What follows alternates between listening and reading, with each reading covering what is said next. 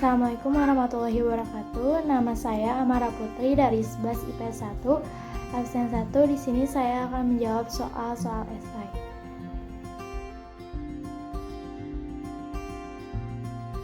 Nah, untuk jawaban nomor 1 yaitu poros maritim merupakan sebuah gagasan strategis yang diwujudkan untuk menjamin konektivitas antar pulau, pembangunan industri perkapalan dan perikanan, serta fokus pada keamanan maritim.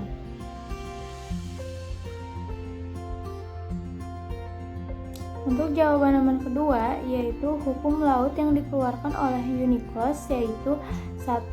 Perairan pedalaman atau internal waters merupakan perairan pada sisi laut darat garis pangkal laut teritorial. Yang kedua yaitu laut teritorial atau territorial waters merupakan laut yang terletak pada sisi luas garis pangkal dan tidak melebihi dari 12 mil laut. Yang ketiga yaitu zona tambahan atau continuous zone merupakan laut yang terletak pada sisi luar dari pangkal dan tidak melebihi 24 mil laut dari garis pangkal. Yang keempat yaitu zona ekonomi eksklusif atau exclusive zone merupakan suatu zona selebar tidak lebih dari 200 mil laut dari garis pangkal. Yang kelima yaitu landas kontinen atau continental shelf merupakan dasar laut kelanjutan dari kontinen dan benua yang diukur mulai dari garis dasar pantai ke arah luar dengan jarak yang paling jauh adalah 200 mil.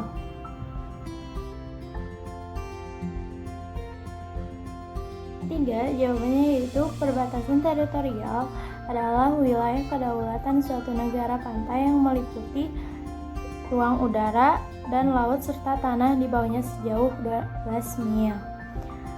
Laut yang diukur dari garis pangkal. Perbatasan laut teritorial Indonesia ditandai oleh keberadaan 92 pulau-pulau terluar yang menjadi lokasi penempatan titik dasar yang menentukan penempatan garis batas laut wilayah Indonesia.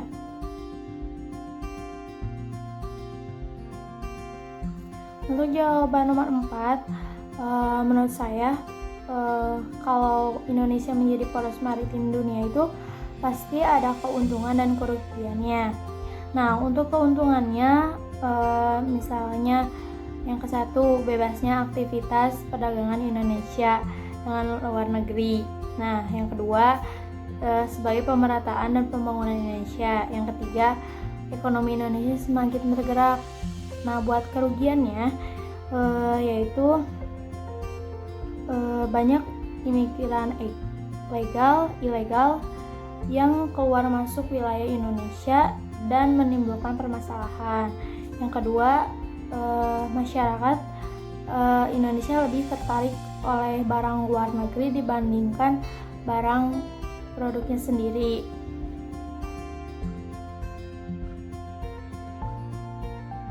Untuk jawaban nomor 5 yaitu 1. Memanfaatkan semaksimal mungkin kekayaan sumber daya kelautan. Yang kedua, meningkatkan kesejahteraan masyarakat wilayah pesisir yang sulit mendapat akses terhadap pembangunan. Yang ketiga, memudahkan masyarakat pesisir mengakses kota besar.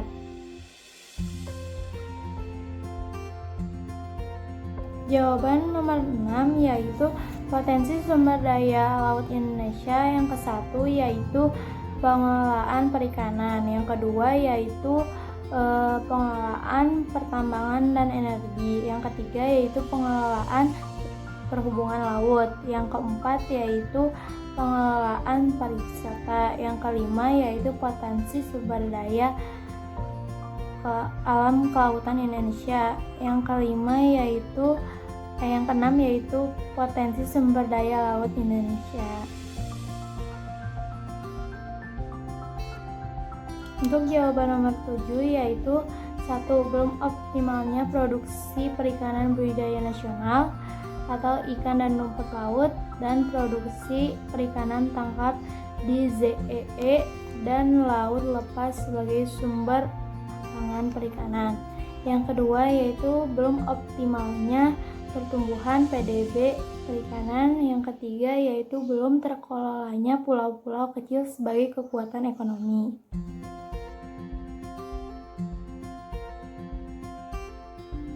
Untuk jawaban nomor 8 yaitu pemerintah harus memberikan pelatihan kepada para nelayan agar dapat melakukan pekerjaannya namun tetap bertanggung jawab terhadap lingkungan.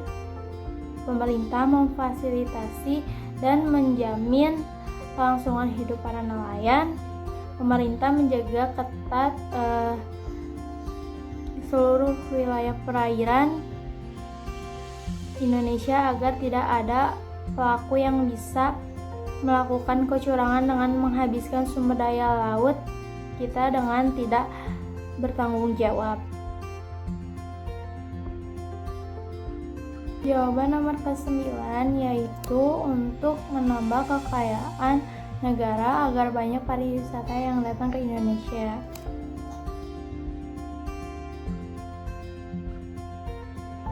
Untuk jawaban nomor 10 yaitu Priyono beranggapan bahwa sektor wisata bahari Indonesia tidak digarap secara maksimal. Hal itu tampak dari ketidakjelasan program industri pariwisata bahari di Indonesia. Program industri pariwisata bahari oleh Priyono dipahami sebagai pengembangan industri pariwisata bahari yang berdaya saing. Hal tersebut dapat diwujudkan melalui 1. Penyusunan standar usaha wisata bahari. Yang kedua, peningkatan pelayanan usaha wisata bahari. Yang ketiga, peningkatan iklim investasi. Yang keempat, Indonesia World Underwater Photo Contest. Yang keempat, sertifikasi usaha pariwisata bahari. Yang kelima yaitu kemitraan usaha pariwisata bahari.